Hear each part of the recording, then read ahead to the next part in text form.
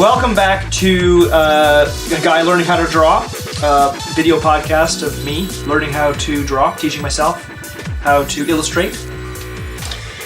Today we are working on a little piece for He-Man and the Masters of the Universe, actually for the documentary, what's it called? It is called Power of Grayskull, the definitive history of He-Man and the Masters of the Universe. For our Kickstarter campaign, we did a crowdsource funding Kickstarter campaign for the production of this documentary, and one of the what do you call it, rewards, I guess, reward tiers was a poster that we were going to get all of the people we interview for the documentary to sign, and we didn't have one, and it's now Tuesday afternoon, and I leave tomorrow for Goddard, and then fly out on Thursday to California. So I decided to do a poster for the people to sign, and I'll get a couple printed, and I'll get maybe, we'll save one maybe for ourselves, and have one for the backer who was gracious enough to donate, or not donate, to pledge a good sum of money for this poster. So it's gonna be pretty cool. Really, the valuable thing is all the signatures. So I'm just doing a little piece of He-Man related art to go with the poster, and then leave some space for them to sign. It's the signatures that are the important part. I've already gone ahead and done some blue line work, which is actually part of what I wanted to talk about a little bit today on the podcast. This is the first time I've ever tried doing anything with a blue line pencil. It obviously makes a lot of sense because my favorite implement for drawing is this 2mm Staedtler mechanical pencil. I love this weight of lead. I love the design. It's very simple, but like the pencil is, it feels more like a pen.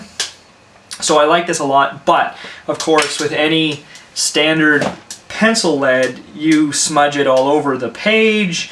You end up, when you need to ink and then erase the pencil lines, you end up with a lot of gray, smudging, ghosted pencil lines residually. And I'm not a big fan of that because it results in a lot of cleaning up. So as, just like so much of the stuff on this podcast, I finally caved and did something that a lot of other people have learned their own way, and just have just used the right tools, and it works better. So I finally spent the money and splurged and got for some reason, remarkably expensive Staedtler blue line pencil. I'm sure it's not that much different than blue pencil crayon, but maybe I'm wrong, because you can erase it, and I always find that pencil crayons you can't erase. So, but what I wanted to do is I wanted to try this specific technique of drawing, and if I liked it, I will order online the blue leads that go for this pencil, because I can't find them in stores. Michael's doesn't seem to have it. Staples doesn't have it. So, barring tracing it down or tracking it down at any local art stores, I think I'll order some of the leads online because I am really liking this. So I went ahead, like I say, and started the pencil for this. But prior to doing this this blue line finished piece, I had done a preliminary layout. Because of the kind of importance of this specific piece, I wanted to kind of pull out all the stops and do it, by the book. Even though it's a very simple layout, it's just, two relatively neutral standing figures, and a castle background with some open negative space. So, like I say, pulling out all the stops and kind of doing it by the book, I think I'll get a little bit of a tighter result. For instance, I have my reference drawings, of course I have reference photos, which is of course very important. In this case is what I was using for She-Ra's pose. I added a little bit of a different body position, but I took some of the the basic position from this this photo here. There's one for the male figure, or for He-Man, that I also pulled off the internet. And of course I have references in here for He-Man's sword, for costuming, and for She-Ra's costume specifically, you know, trying to extrapolate from the, you know, what the headpiece looked like, and do kind of my own version of that. But that's my references. So definitely having my references and photo references of positioning, done a layout, and then translated that layout onto the final page. And I also went ahead and did the my 1 inch, in this case they're actually 1 inch head references. So I mean, I've got 8 heads tall. I used 1 inch as my scale, and I've done the 2 characters to relatively standard proportions based on an 8 head heroic figure. So I wanted to really get that right before I went ahead and finished it. I mean, not to say that I shouldn't do that every single time. It's just that on something like this, I'm going to put a little bit more finished work into it, almost like as if this was a client piece, which is what I'm kind of considering it as.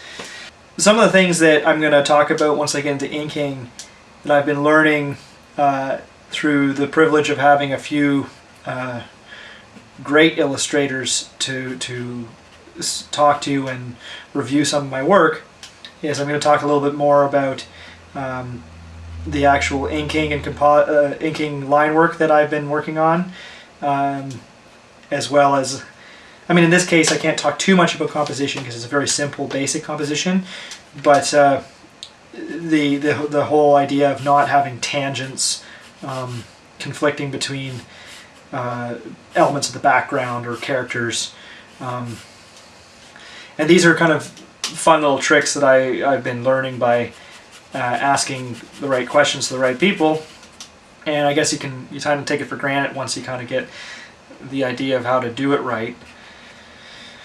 And yeah, otherwise in this piece, some of the concerns I am having in terms of composition is She-Ra too dominant in comparison to He-Man? Not to say that that's a bad thing, because knowing these characters, She-Ra and He-Man are brother and sister. They both draw power from Grayskull, so they are both very powerful characters. So it's not a bad thing that she is, in this case, just a touch taller and as big as He-Man. So that's not a bad thing, and still being feminine. For instance, I like to draw slightly curvier women.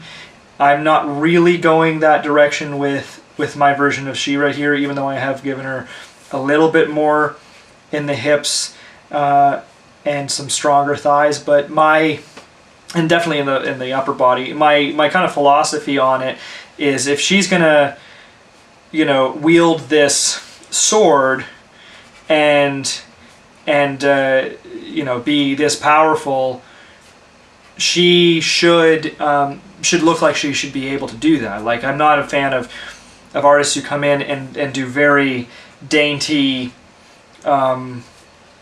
stick thin female characters where, you know, there's no way that they'd be able to wield a 15-pound blade realistically. So to me, that it's not necessarily the realism, it's just sort of the appeal as well. Like, if she's going to be strong, she needs to be strong. So I may or may not do some of those lines in the shoulders and stuff like that.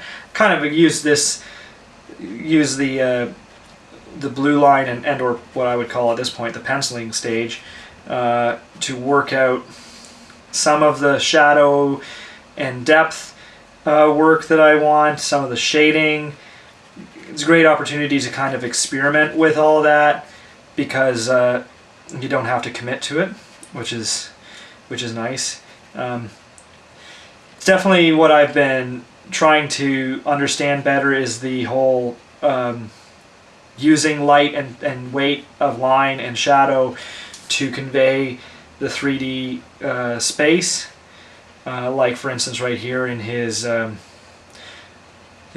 fur diaper, I'm working on, you know, creating some depth on that by varying the line weights underneath things, underneath his belt here. I will for sure shade in those areas as they go under his arms and around his body. A little leaner on this He-Man than maybe some. Still trying to keep the impressive muscle structures that he has, and trying to also wrap my head around actual muscle anatomy, where the forearm muscles converge, how the tricep converges on the back of the arm from these perspectives. Also been trying to figure out how the heck to do veins. All these little things that you just look at other artists and you see the tricks they're using, and you try to emulate that a little bit to get those effects that you want, essentially. So I think I'm going to go in and tighten up this gray skull. Might do that in time lapse, and just get it pretty much ready to ink. And I think that it's otherwise pretty near ready to go.